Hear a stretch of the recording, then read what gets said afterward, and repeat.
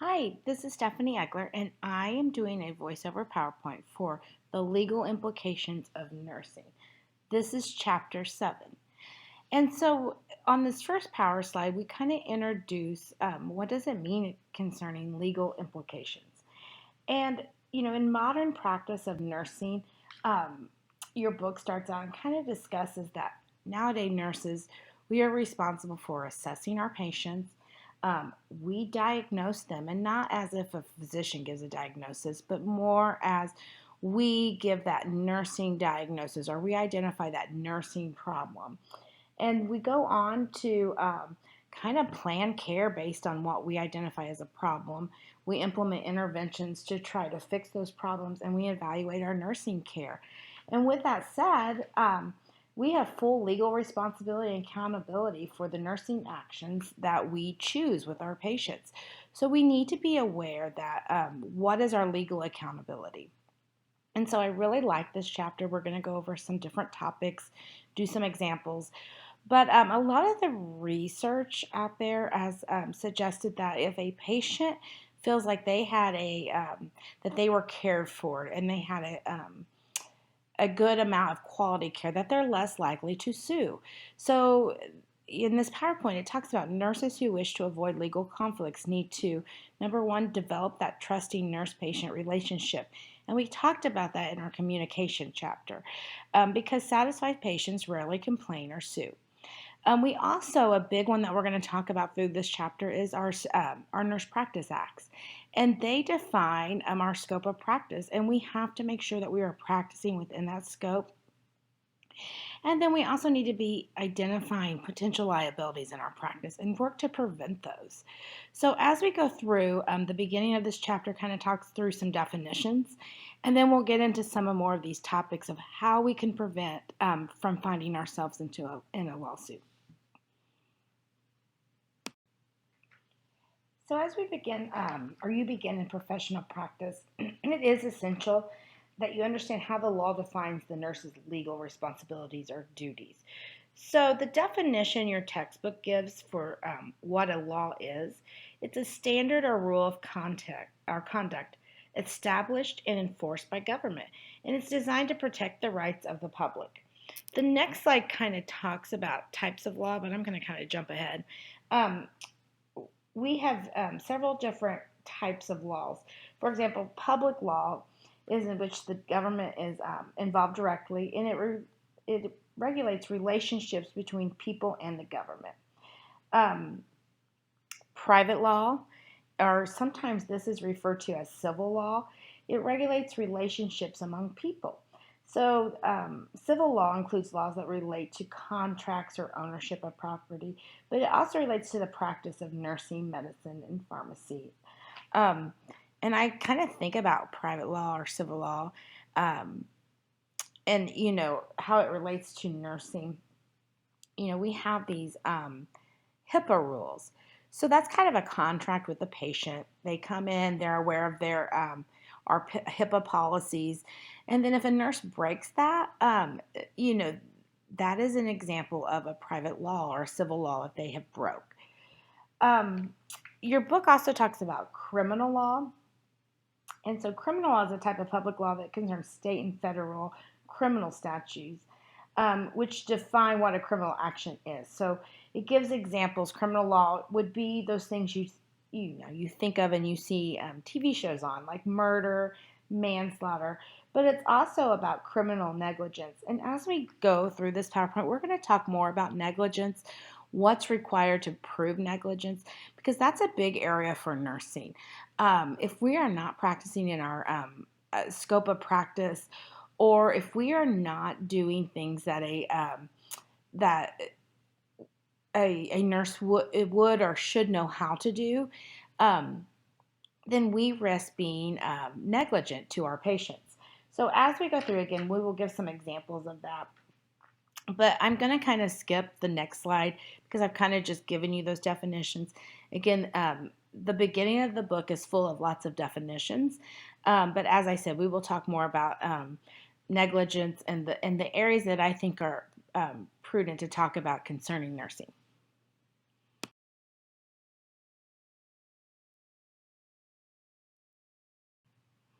The previous slide listed the types of laws. This slide is about the four sources of our laws. So, how do we come up with these laws?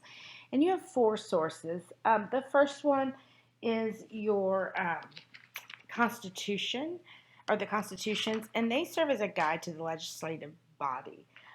So your book talks about the federal and state constitutions indicate how the federal and state government are created, and they give authority and state the principles and provisions for establishing specific laws. So that is just one of those basic definitions. The one that we begin to talk about to really influences nursing is our statutory laws. So these statutory laws, they must be in keeping with both the federal and state constitutions, but nurse practice acts are examples of statutory law. And all the Nurse Practice Act is it's broadly defining the legal scope of our nursing practice. So it's kind of laying down those rules for nurses. The next type kind of plays into the statutory laws. We've laid down the rules of how nurses should practice or what their scope is. And then we have administrative law. So we have bodies. So for nursing, we have the State Board of Nursing, which is responsible for administrative facilities at the state level, and they're responsible for enforcing the rules and regulations. So, we've statutory lays down the rules, and then if you aren't following them, if you are stealing narcotics from your patient to take yourself, you're going to end up in front of the State Board of Nursing because they're going to enforce the scope of practice, and they're responsible for those administrative laws, or keeping everybody with following the statutory laws. Common law, your book gives a definition. Common law, it has evolved from accumulated judiciary decisions. So thus, common law has been made from court-made decisions. So basically, after a case has been ruled on in the court system or a decision has been made, the principles in that decision become the rule to follow in similar cases. And in the case that first sets down the rule by decision is called the president. So, we think about common law, and common law helps prevent one set of rules from being used to judge one person and another set to judge another person in similar circumstances. So it is there so that we are treating everybody the same way when there's similar circumstances involved in the case. And you'll see this is discussed a lot with most of the cases with malpractice. The rules for that come from common law.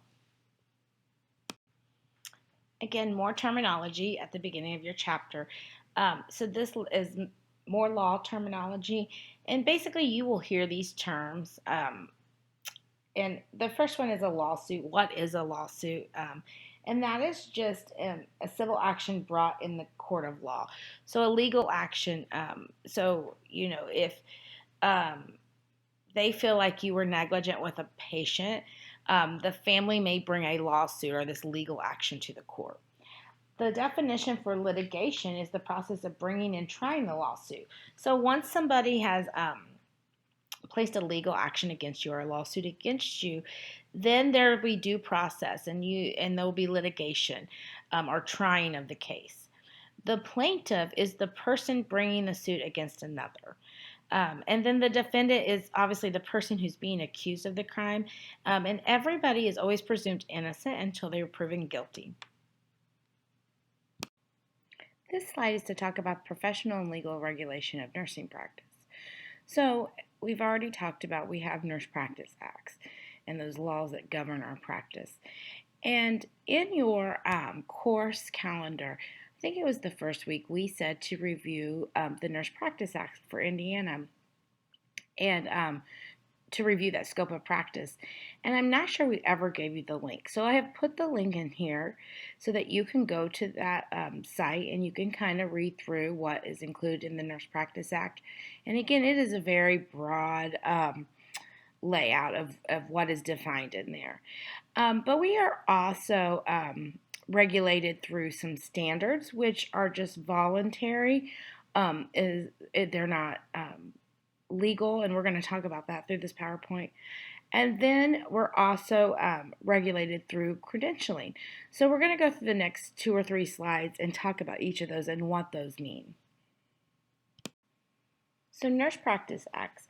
So every state, or each state in the United States, has a Nurse Practice Act that protects the public by broadly defining the legal scope of nursing practice. And it is there, again, to protect the public. We cannot practice beyond the limits stated. It lists violations that can result in disciplinary action. And with disciplinary action, your license could be suspended or revoked altogether. And I went to the link that was on the previous slide and started reading some of it. Some of the issues that it talks about concerning reasons your license could be revoked, a lot of it includes possession of illegal drugs, dealing illegal drugs. But there was one that I hadn't realized that was in there that was defined, and that is failure to pay child support. So if there is a claim against you because you have not paid your child support, and that will be sent to the Board of Nursing, and they could suspend or revoke your nursing license for that. So it does lay those type of things out for you. But it also guides our practice in that it serves to exclude unlicensed people from practicing nursing. So again, I highly recommend that you go in there and look at those Nurse Practice Acts. It also breaks it out based on license, professional nurse, so the LPN versus the RN. And I found it really interesting. It defined the scope for the LPN that they're allowed to assist in assessing the patient. And so, at the hospital I'm at, like the LPNs, they can't do that initial head-to-toe admission assessment, but then they can continue to do ongoing assessments. So if you get a brand new admission at the hospital, and I'm at community, an RN has to do that first head-to-toe assessment. But then after that, the LPN can take that patient and they can continue to do assessments ongoing after that. And again, the LPN is practicing under the RN. So just understanding that delegation and what's included in each scope is very important. Before I talk about this next slide, I forgot to mention it on the previous slide, but there is a great table in your book on page 123. It's table 7-1, and it talks about who makes nursing practice rules. So it kind of gives you the source of practice rules, whether it's at the federal, state, the Board of Nursing, and it gives you examples that are covered at each of those levels. And so I just wanted to bring that to your attention. It is a little extra source that you can look at regarding this topic. So we go on, and a couple of slides ago I mentioned standards, and they can be voluntary. So when we have voluntary standards, these are not mandatory, but they are used to provide guidelines for peer review. And a lot of times they come from professional nursing organizations. And those organizations are continually assessing the function and standards and qualifications of their members. And these organizations are guided by their own assessment of society's needs for nursing and by the public's expectation of nursing. So an example of voluntary standards include the American Nurse Association has standards of practice. And there's examples of those standards of practice in Chapter 1 of your textbook. But these are what we would call voluntary professional standards that often kind of can direct the care of a patient. And then we also, the book talks about legal standards. So we do have actual legal standards, and they are just implemented by legislature, and they grant They're implemented by the authority granted by the states to determine the minimum standard for the education of nurses. It sets the requirements for licensure, and it decides when a nurse's license may be suspended or revoked. So these standards impact our Nurse Practice Act. So as I stated, we have legal standards such as the minimum education a nurse needs or the requirements for licensure. So what kind of plays in with that is our credentialing. And this is a way in which professional competence is ensured and maintained. And there's three kind of processes involved in this. And the first is accreditation. So that is the process by which an educational program is evaluated and recognized as having met these standards.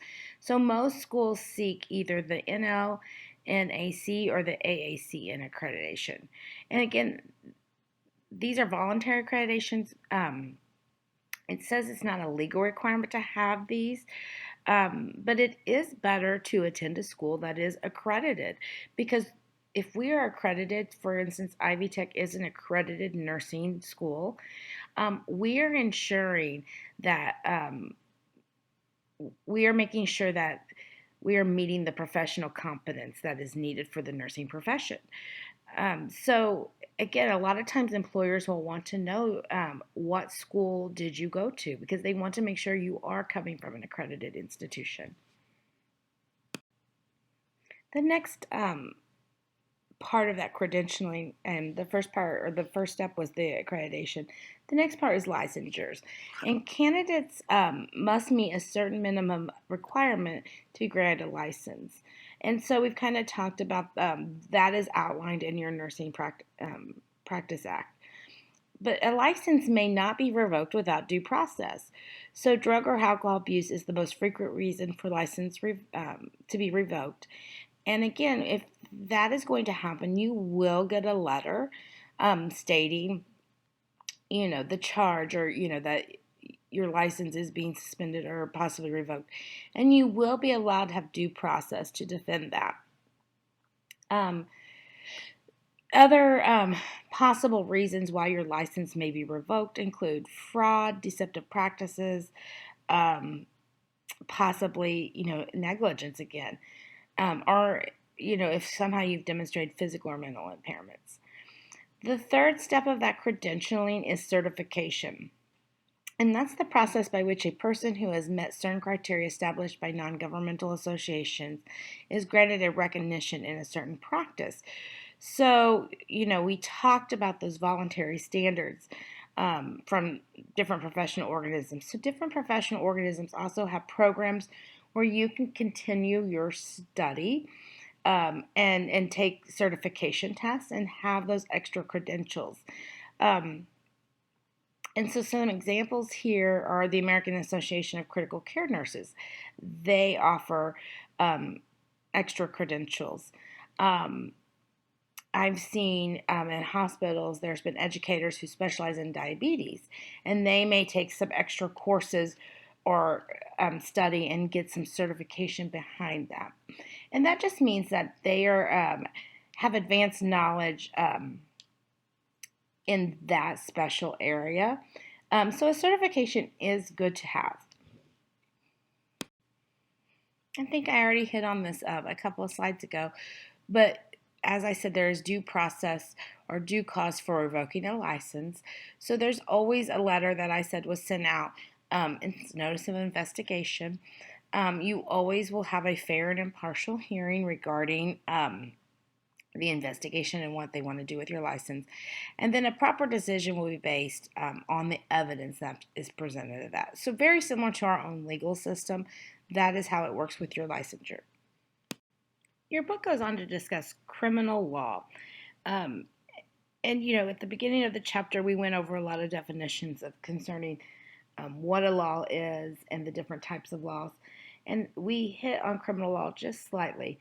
But when we think about criminal law or a crime, this is a wrong against a person or his or her property, as well as the public, with intent. There was intent for it.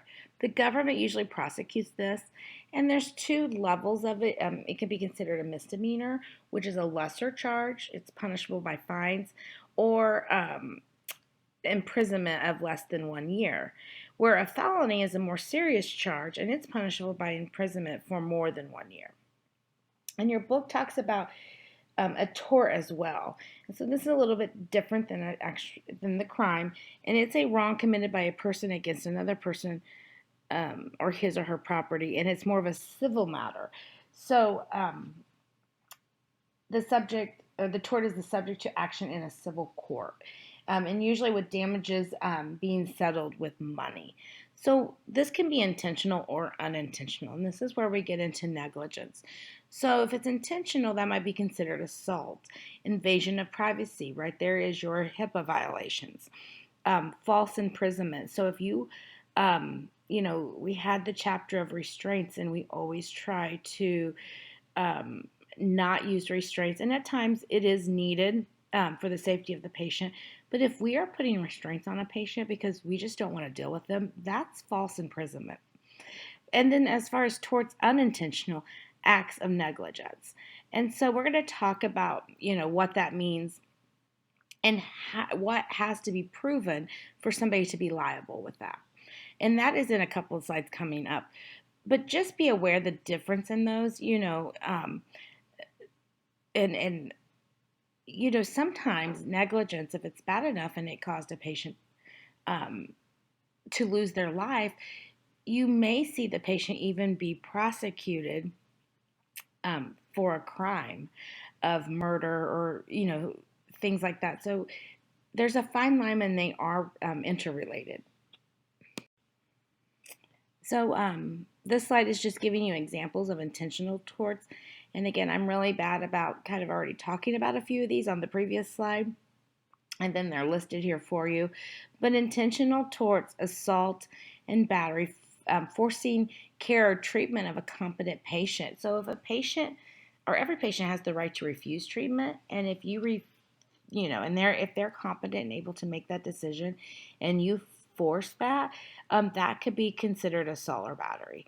Defamation of character, so slander, and that can be verbal or in writing, and that's false or exaggerated statements about a patient or coworker. So this is a good time to talk to students and just make them aware. Watch what you're saying in public settings. So watch what you're saying in the hall outside your patient's room. Watch what you're saying at the nurse's station. And believe me, we've all had patients that are frustrating and drive us crazy. But we have to watch what we're saying, because if somebody overhears us, making derogatory comments like, oh my gosh, that patient is crazy, they've lost their mind, yada, yada, yada, they could sue us for defamation of character or slander. So again, being aware of your surroundings, not going to the lunchroom or the cafeteria at lunch and talking about your patient, very important. Invasion of privacy, I think the next slide coming up even has some examples or a list of what falls under HIPAA.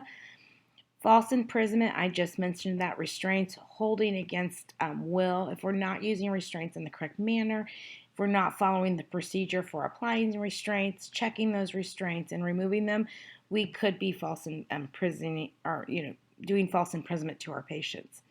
And then fraud, so that's misrepresentation capable of causing harm. HIPAA, you may already know a lot about HIPAA. It's been around for quite a few years now, and this ensures that patients have the following rights. And so every patient is entitled to see a copy of their health record. And they can update their health record if needed, and they can request a correction of any mistakes. Now, often you will see in health facilities that if a patient wants to look at their health record, and especially if they want to make corrections, usually they will have the physician be present while the patient is looking at their health record. They also have the right to get a list of the disclosures a healthcare institution has made, independent of the disclosures made for purpose of treatment, payment, and healthcare operations. They have the right to request restrictions on certain uses or disclosure. And you will often see patients sometimes do request this. They may request that no information be given out about them. And so if that's the case, and a family member calls and asks about Jean Bray, we're not even allowed to acknowledge that that patient is present, or we're not allowed to give that information out over the phone if there's a restriction in place.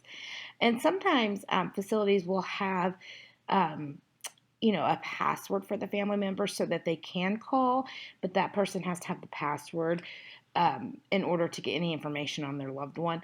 And that's usually related to some type of restriction that the patient has requested. They also can choose how to receive their health information.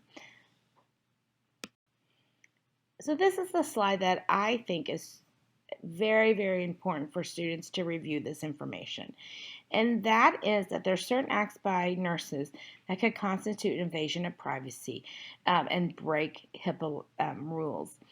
And so your book has some of these examples in box 7-2 on page 127. There are also a couple of bullet points related to this on page 126 that talk about HIPAA. And, if there's any violation with HIPAA, it could include punishments. A lot of times it's financial, so institutions have to pay a lot of money out if there is proof that they did violate this. So this is very serious for institutions, and they're going to want their employees to comply with this. Something we often don't think about is a HIPAA violation. But if you're getting your patient out of bed and they just have a hospital gown on and the back of it's open showing their bottom, and you didn't provide the necessary privacy, so you didn't shut the door, you didn't pull a curtain, and somebody walks by and sees that, you've just invaded that patient's privacy. So, it's very important. It's why in Skills Lab we're teaching you to pull the curtain or shut the door, because we want to ensure from the very beginning you guys are providing privacy for your patient and you're not caught with a situation like this. Another one that I just want to highlight that I've underlined on here that I see students do a lot is we will have assignments for you in clinical, and you will need information from the patient's chart. But many times the written information we see students take down also conceals the patient's identity. So when you are making notes or writing things down on your patient, you can't put their patient name on it. It can't have their age. You have to be careful about those type of things, their room number, because any of that could identify that patient. And you may need your patient's name and their room number during the day while you're in clinical, and that's fine to write it down. You just cannot leave the floor with that information, because if it would get lost, if somebody else would see it at home, then that would be a HIPAA violation. I don't know if it's listed on here, but I always warn students too, you shouldn't be going home and really, telling your spouse the patient's name that you took care of, or telling a ton of things about that patient that could identify them in any way.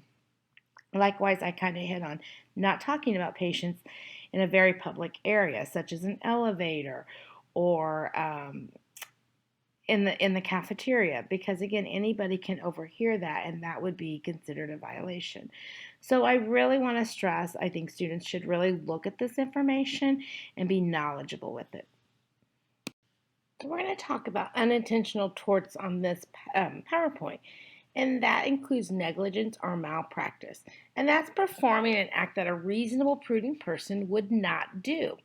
And negligence can be an omission or commission, and it's based on, again, what would a reasonable person do in similar circumstances. So when you think about nursing, what is the standard of care, and what would a normal or a nurse do if they were in similar circumstances? It is based on the level of training, and you do have to establish 4 elements of liability to prove neglect. Malpractice is often the term generally used to describe negligence by the professional personnel.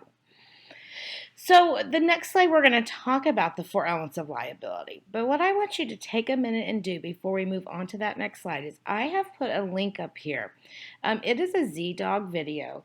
It is about 15 minutes long, and honestly, if you want to listen into about, the first maybe 10 minutes, you can stop after that.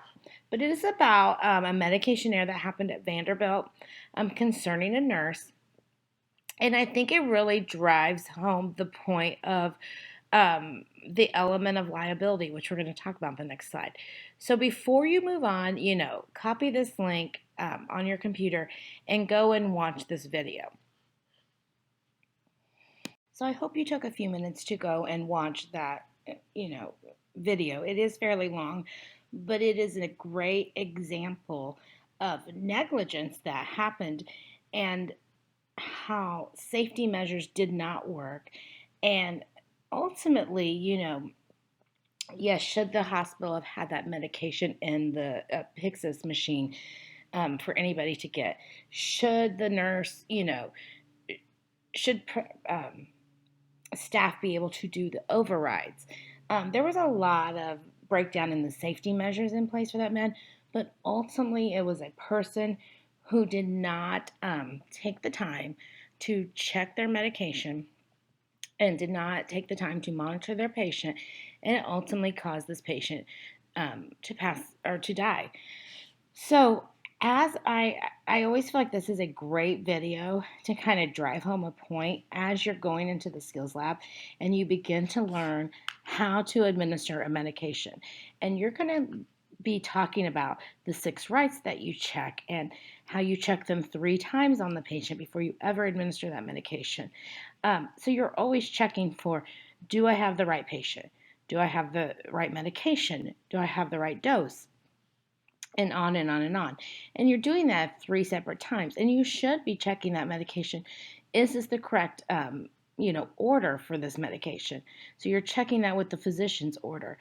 And, the reason we have you practice things in the skills lab and we want you to practice and practice and practice, and you think, well, it's not that hard to give a medication.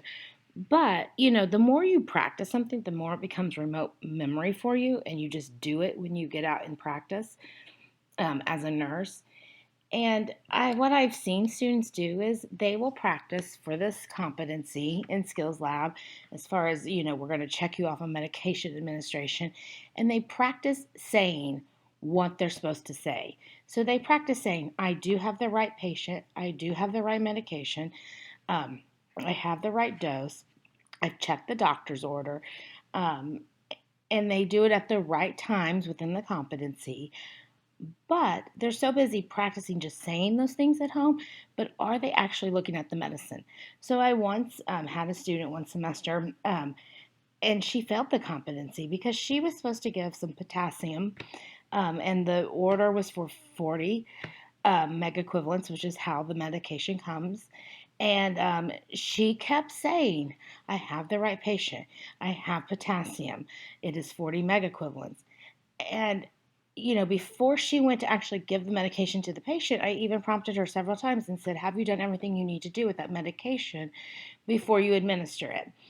And she said yes. And then she gave the med, and of course, I failed her. She had to come back and give a medication again because what she had was 1 tablet that was 20 megaequivalents. And so she really needed 2 tablets. But she was so busy in practicing and saying the terms, but she didn't really look at her medication. In this video that I had you watch, kind of the same thing. The nurse was in a hurry, maybe, or she wasn't familiar with that situation. And, she punched in the first 2 letters, VE for Versed, but she punched in, Versed is the trade name. And most medications in the Pyxis are under the generic name. And she pulls this med, and she doesn't check it and do her checks properly. And it ultimately, the patient passed away from the errors. And all it would have took was stopping and doing it 3 different times and checking that medication. So this ties in. This is a great, you're headed into the skills lab soon to do medications, to think about that when you're checking your meds. But also it ties into the, negligence and what has to be proven in order to find somebody liable of negligence. And so this PowerPoint leads into that. So we have a duty, an obligation to provide due care or standard of care for the patient. So this nurse did have a duty to do that, and she failed to do that. The breach of duty is the failure to provide that due care. So, whatever a prudent nurse in that same situation, which I've talked about in previous slides, would have done, she failed to do that. So, all of us as nurses learn, we check our med. We do it 3 different times. We check it with the order. And she just failed to do that at this point. The causation. So, did failure to meet that standard of care actually cause injury to the patient? And by watching that video, the patient ultimately stopped breathing and died from it. So it did cause an injury to that patient, and then damages, actual harm to the patient, which kind of go into, did it cause something to go wrong? And yes. So again, I think it's a great video that ties in with this. I hope you took a few minutes to watch it. There are some follow-up videos to that. If you Google Z-Dog, Vanderbilt nurse, he does a follow-up video where the nurse was actually, she was charged with reckless homicide. And I'm not sure where her case is at because this incident happened in 2017. Probably charges weren't brought until like 2018 maybe. So I'm not sure where that, if the charges were ever dropped for the reckless homicide or if she's still awaiting trial. I'm not sure where all that is. And I'm sure if you spent time Googling it, you could find out some more information about it. But it's just to make you aware that, serious consequences to, you being able to practice as a nurse can happen. And I mean, the devastation that this nurse must feel, to cause a patient to pass away or die from the errors that you made, I'm sure are worse than any consequences of possibly going to jail or losing your license. So just thinking about that when you get into the skills lab and you begin to learn how to pass a medication, and being aware of not following those steps can lead to these 4 things happening and you being liable. So this next slide talks about malpractice, and then the common categories that claims are made. So, if you proof of malpractice, we prove that there's negligence or liability involved. And your book has these nicely laid out in bullet points within the reading on page 127. But some of these, we've already talked about the failure to follow standard of care. That video was a great example. We talked about that.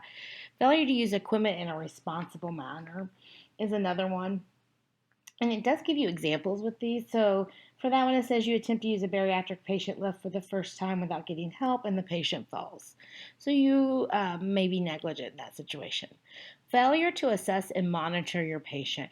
Again, that video is an example of, that nurse gave us what she thought was Versed medication and she didn't monitor the patient. But the example in the textbook for that is you fail to follow your hospital standards for post-operative assessment after receiving a patient from the operating room, and response to a ruptured suture line is delayed. So that's another example your textbook gives. I think the video that Z-Dog does is a much better example of failure to assess and monitor a patient. Failure to communicate. So we talked a lot about in the communication that S-bar and giving that information. Your textbook gives an example here. You fail to communicate. You're concerned about an older adult patient being discharged home. She lives alone. The patient is soon rehospitalized because no provisions were made to secure the nursing care she needed after discharge. So again, that was failure to, when you're reporting off or when you're having concerns about patient and you're not reporting those. So you fail to communicate. Failure to document. So we will never be able to say this enough, but if you don't document it, it means you did not do it. And so if you ever get pulled into any kind of lawsuit and you didn't document it, they're going to say, well, it's not written here that you did that. So you always want to document. The textbook gives an example, and it states you believe a patient is in danger of arresting, but you repeated calls to the healthcare provider to see the patient, and they are ignored. So you work up the chain of command before any healthcare provider sees the patient. He arrests and despite the code dies. You document the rest and the code and the death. However, you fail to document all the steps you took to get the patient's medical attention. So if you didn't document, there's no proof that you did anything for this patient. So again, I cannot stress how important documentation is, and we need to make sure we're documenting everything. And then to failure to act as a patient advocate. Again, in your book gives an example of that. You're in the operating room and watch a surgeon break the sterile field twice. No one else seems to notice. You're intimidated by the surgeon and fail to bring this to anyone's attention. You learn that the patient developed a serious infection post-operatively. So we do need to be a patient's advocate. So learning to speak up when you see something that's not correct. And you can start doing this when you're checking off your peers. When you start putting in Foley catheters or doing sterile dressing changes, and you are supposed to be watching your peer, you need to speak up and say, hey, you just broke sterile field. Hey, you didn't put your gloves on right. That's a great way to get in the practice of just speaking up for your patients. So again, these are just where the common categories or claims are for malpractice. And we don't want any student to ever fall into one of these. This slide just talks about the outcomes of a malpractice litigation. This is in your textbook on page 128, but it kind of goes, basically all parties will work towards a fair settlement. So sometimes, you know, let's say there's been cases where maybe the patient was supposed to have their left leg removed and they accidentally removed the right leg. And so it's possible that, a claim was made and then within the hospital they worked out, without being in court, worked out a fair settlement for that claim. The next one is the case is presented to a malpractice arbitration panel. And then lastly, the case is brought to trial court. And the hope is that it never gets taken to trial court. But if that was the case, there would be the defendant, which is the person being accused, and then there would be some pretrial discovery activities where they would review medical records, they would interview witnesses. There would be a trial that takes place in which both sides get to present their evidence and arguments, and then a decision or verdict would be reached by the judge or a jury. And then the next slide that's coming up is kind of the roles of nurses in legal proceedings. And so it'll kind of discuss, or it says, you as a nurse could be the defendant. And that's the kind of thing we've been talking about through this whole PowerPoint is, do you know your scope of practice? Do you know what the standard of care is? Are you acting as a prudent nurse would in that circumstance? Because we never want you to become the nurse as a defendant. The next one is you might be a nurse that's called in for these legal proceedings to be a fact witness or firsthand knowledge. So maybe you witnessed something or you saw something. So maybe there was a medical error that, injured a patient, harmed a patient by a nurse, and you saw that she was impaired in some way. Maybe you saw her out in the parking lot, doing drugs. So, I'm just making this up, but you could be called as a fact witness, or, maybe you had firsthand knowledge of what happened. And then the other way nurses may be involved in legal proceedings is just the nurse as an expert witness. And you just offer your opinion about nursing care and if it met the acceptable standard of care. So I'm not going to talk on the next PowerPoint because I just kind of went over it here. But again, the whole point of going over this legal chapter is to teach you the legal system, what could happen, and hopefully teach you what things to do or what things to review so that you are never in these circumstances.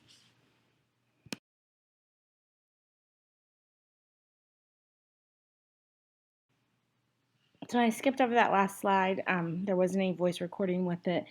But this slide is about recommendations for a nurse. If you are ever in a situation where charges are being brought to you and you're going to trial and you are the defendant, these are just some tips that your book recommends, and it's true.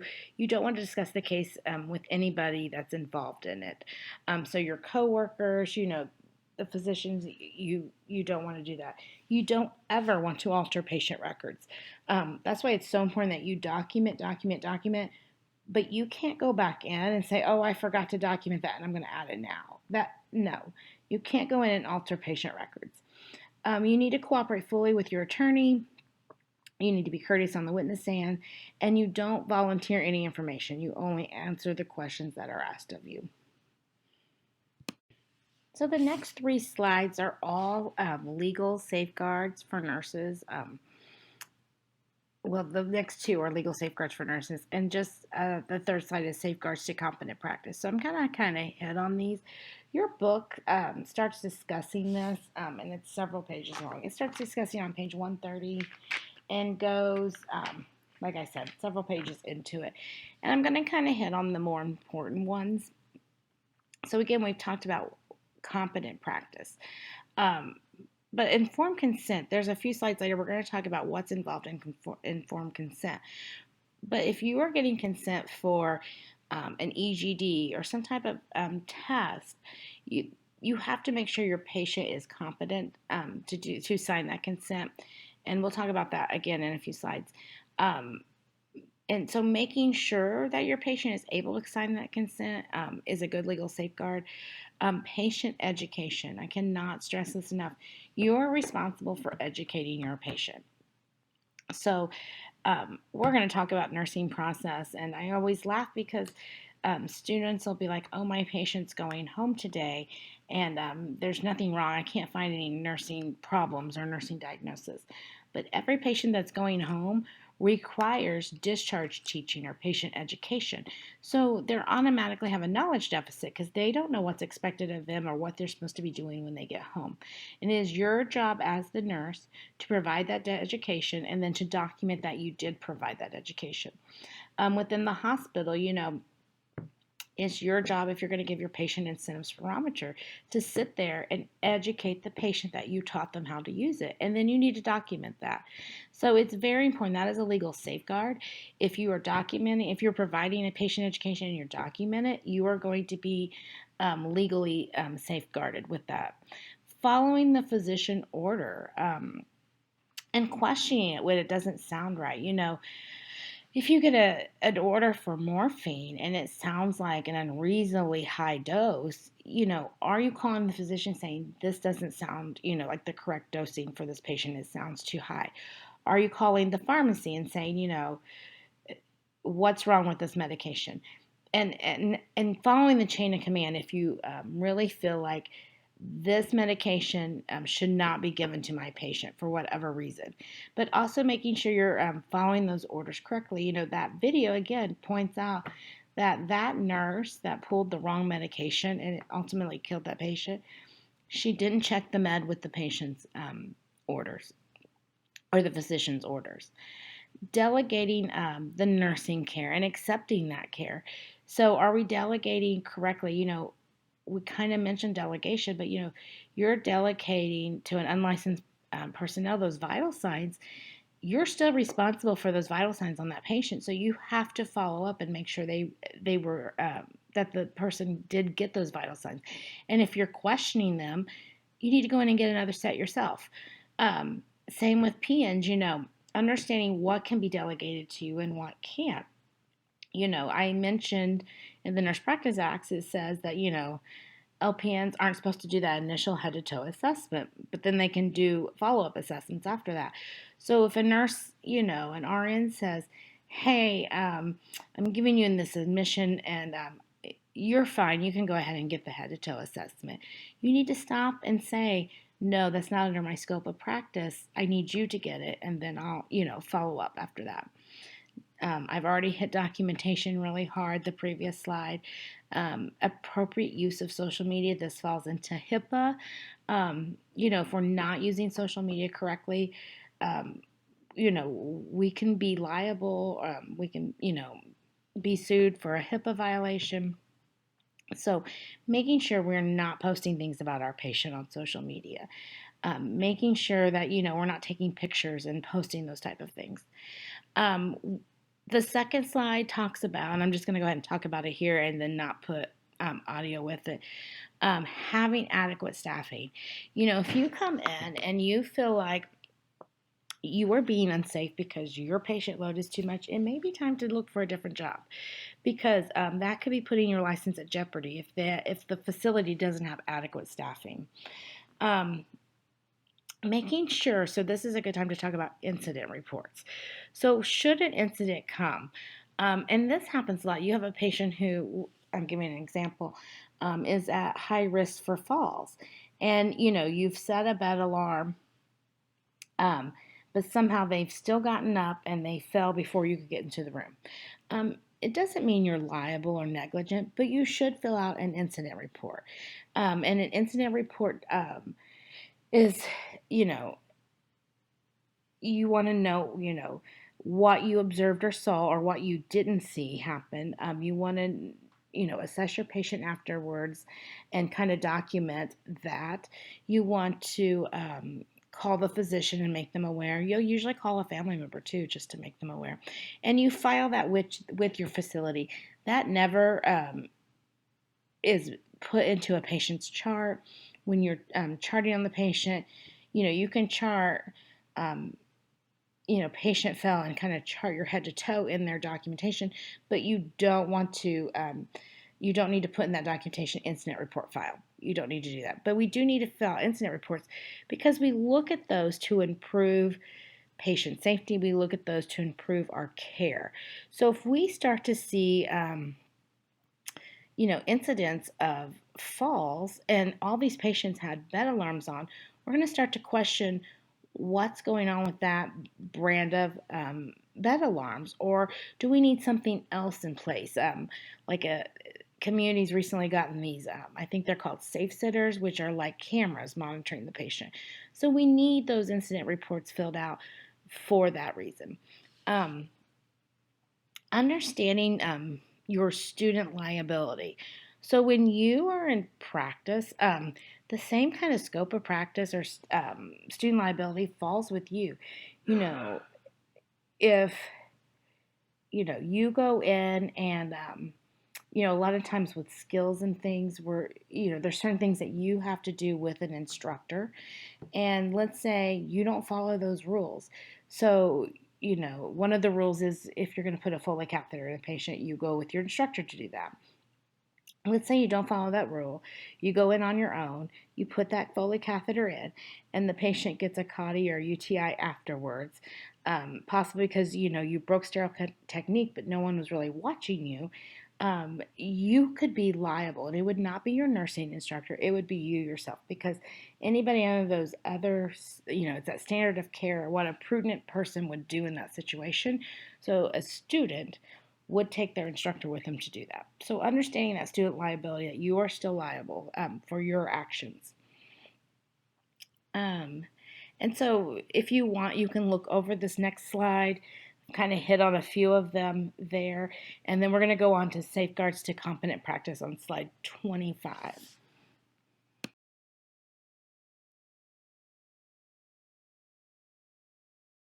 Again, we've talked about some of these, but they're just more safeguards to competent practice that are listed on here.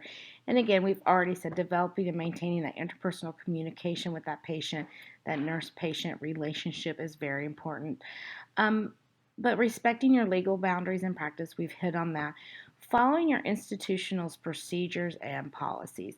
So if you don't know something or you are unsure about caring for something, I cannot stress enough that pulling the policy and procedure at the the facility you're at and reading through that and following that is a legal safeguard for competent practice. We want you pulling those. They're there for a reason, and they're there to assist you. Making sure you're evaluating your proposed assignment. If you look at your assignment, it is okay to stop and say, you know what? I've got, these 3 patients, they're all brand new post-ops. This one's getting, the 4th one's getting blood and something else. Like to say, that is too much. I'm not taking this assignment, or we need to change up some of these patients in the assignments. You have to be an advocate for yourself. And you are just trying to safeguard yourself. And by acknowledging what you feel you can handle. You always want to keep careful documentation. I've said that multiple times. But also keeping current in your nursing knowledge and skills. This is where we keep up to date on, what research is out there, that evidence-based practice, and following that. So again, this slide is really just, we've reiterated it, but safeguards to competent practice. Slides about issues that affect competent practice. One is nurse fatigue. So if you do not get enough sleep or you are working too long of a shift, any more shifts are 12 hours, and let's say you're there 16 to 20 hours, that's too long. Fatigue nurses are more likely to express concern that they made a wrong decision or a patient error when they have nurse fatigue. And then, we put it right in here. Students should be in the habit to be rested before appearing for clinical. You should not be working the night shift the night before and then showing up to clinical the next morning, because you are more likely to injure or hurt a patient. And we don't do it. Don't schedule yourself to work that night shift the night before. Further, your book goes on and talks about the impaired nurse. And I put a page number in here. It's box 7-4. It is on page 133, and it describes signs and symptoms to watch for. One of the things that you really need to make sure of and is when you are given access to the Pyxis machine, or however your facility dispenses medication, and you're given a password, you don't share that with somebody because you don't want them getting in under your name and taking medication. Likewise, if you log in and grab a med and somebody comes in the med room behind you and says, hey, I need to grab this real quick, can you just leave that open? You don't do that, because people who are seeking to steal narcotics or drugs, they will find any little way they can to get into the medication Pyxis, and you don't want a discrepancy to happen that's under your name that you didn't cause. So this book talks about indications that a nurse may have a substance abuse. You might notice behavioral changes. Maybe they're suddenly showing up late all the time, or they're taking super long breaks and you can't find them. Or they're trying to leave early. You may start to know they have excessive number of mistakes, including medication errors. That can be a sign. Your book says frequent trips to the bathroom. And then you might start to know narcotic discrepancies, so the incorrect narcotic account, or count, large amounts of narcotic wastage. So just being aware of those things. Anytime you get a med out of the Pyxis machine within the hospital, or however, all narcotics have to be counted, so you have to enter a count before you even pull the med. So if you start to know a discrepancy, it could be a sign that there's a problem. And so just watch for that. And like I said, there is a box in your textbook that talks about that. So I told you earlier in the voiceover that we would get to informed consent and what that means. And that is a safeguard for nurses. You have to get informed consent. And so your book gives a great box. It is on page 133. It's box 7-5. And this is kind of the elements that you have to have that prove that you have gotten informed consent. So the first is disclosure. You have to tell the patient about the procedure. The book describes this as you have to tell the patient the nature of the procedure, the risks that are involved, and the probabilities of the risk and the benefits, alternatives, and fact that no outcomes can be guaranteed. So that is disclosure. Comprehension. Does your patient, can they understand it? So comprehension is can correctly repeat in his or her own words that for which the patient is giving consent. So can they repeat back to you, I understand I'm having surgery to have my appendix removed. Competent. Are they competent enough to decide this or make this decision? If you have a dementia patient, that patient's probably not competent to make that decision, and they may have to have a family member step in to give the consent.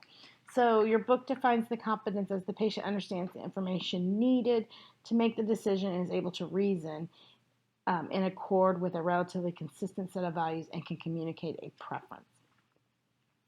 And then the last one is volunteer. And as I said, every patient has the right to refuse treatment. So did they voluntarily sign the consent form? They weren't forced to sign it.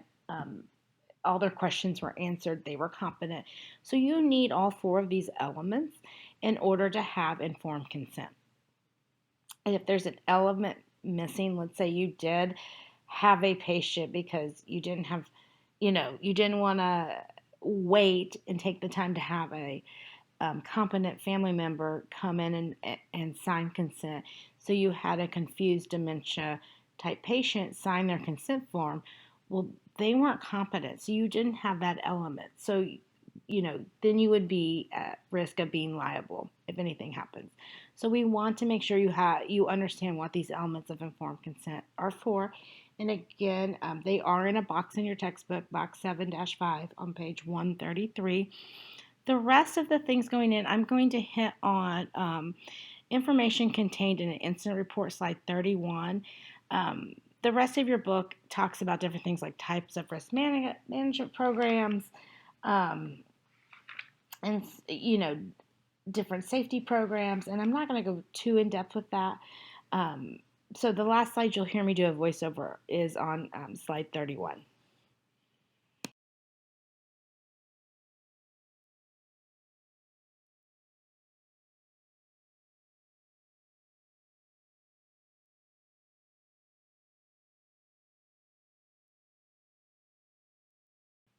So this slide is information contained in an incident report.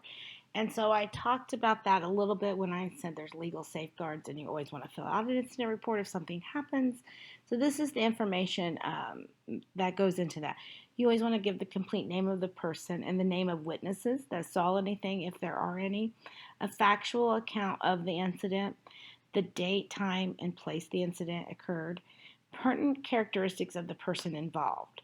So, that could be that you talk about your assessment beforehand. Maybe you talk about the patient was confused to person, place, and time. Patient was reminded not to get out of bed. Call bell was in place. Bed alarm was on, and those type of things. Any equipment or resources being used, like I just said, a bed alarm involved. Any other important variables, and then documentation by physician of a medical examination of the person involved. So the doctor does need to come in and examine the patient. And so those should be included. The last things, I can't remember if there's a slide coming up on this or not, but I do want to hit them, is a sentinel event and a never event, and understanding those two. So your book and these terms are on page 130 of your textbook. But a sentinel event, your book describes as an unexpected occurrence involving death or serious physical or psychological injury or the risk of thereof. And so it gives some example. For instance, a suicide, operative and post-operative complications that happen that were unexpected, and the patient did end up dying from them. Then your book goes on to describe never events. And never events are just what they sound like. They should never happen. And so it gives the definition.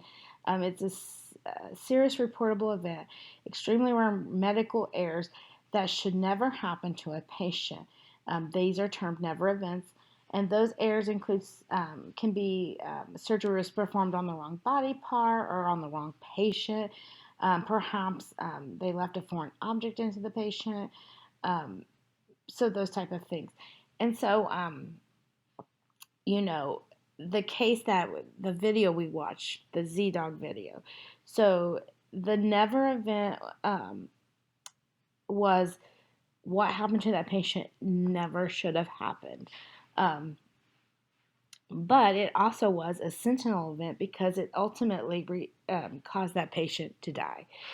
Those unexpected occurrences that happened during her stay she did die, but I like to term it more as a never event. She never should have been given that medication. Um, she should have been monitored, or she should have never been left alone in that scan. So those are the type of things I want you to remember as a never event. That is all I'm going to discuss in this legal chapter. Um, and again, if you have any questions, you can always ask me in lecture on those questions. But those are the big things that I wanted to hit with you in this chapter. Thanks.